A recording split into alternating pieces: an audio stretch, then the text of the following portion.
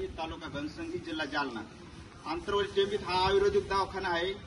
आणि आयुर्वेदिक दवाखाना असताना इथं कुठलाही अधिकारी हजर राहत नाही आणि जो आलेला माल आहे म्हणजे आलेला माल म्हणजे औषध या दवाखान्याचं आहे ते फक्त इथं पडून राहतंय आणि इथलं पडून राहिलं हे औषध एक्सपायर होण्यापर्यंत इथला अधिकारी कोणाला वाटत नाही आणि गरजूवंत लोक इथं येतात आणि येण्यासारखे नुसते चक्रा मारतात आणि इथं अधिकारी नसल्यामुळे इथले जे लोक गरजूवंत जे लोक आहेत त्यांची गैरसोय होते आणि ते बाहेर गावाला जाऊन इलाज करतात आणि आंतरवली गाव एवढं मोठं आहे की या गावात जर कधी घनसंगी तालुक्यात बघितलं तर हा गावाचा नंबर तिसऱ्या नंबरला येतो। गावात घनसंगी तालुक्यात फक्त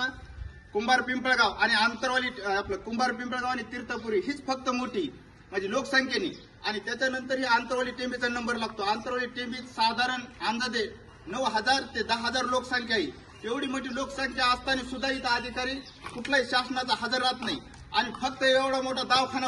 आहे फक्त नावाला हे दवाखाना आहे का द्वाराचा दवाखाना आहे का एखादा पडीक दवाखाना आहे असं लोकांना गैरसमज होतोय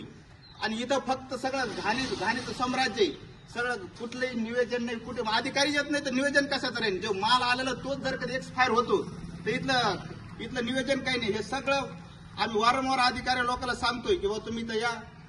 दवाखाना उघडा आणि इथलं दवाखाना गरजवंत लोकांना औषध वाटप करा पण फक्त या अधिकारी लोक फक्त झोपेचं सोंग घेऊन हाव म्हणतात। आम्ही तालुका वैद्यकीय असू जिल्हा वैद्यकीय अधिकारी असू त्यांना वारंवार म्हणजे तालुका वैद्यकीय वारंवार सांगितलं जिल्हा वैद्यकीयला एकदा सांगितलंय आणि जो अधिकारी इथला त्याला सुद्धा सांगतोय पण ते येत नाही आणि याच्यानंतर जर कधी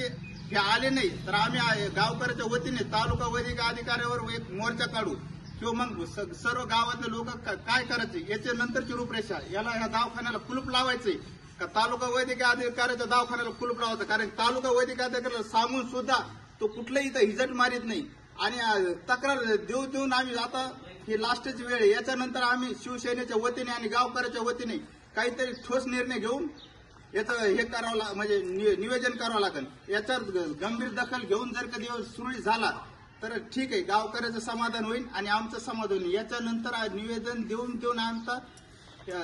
देऊन सुद्धा आता काही याच्यात अधिकारी लोक तथ्य ठेवी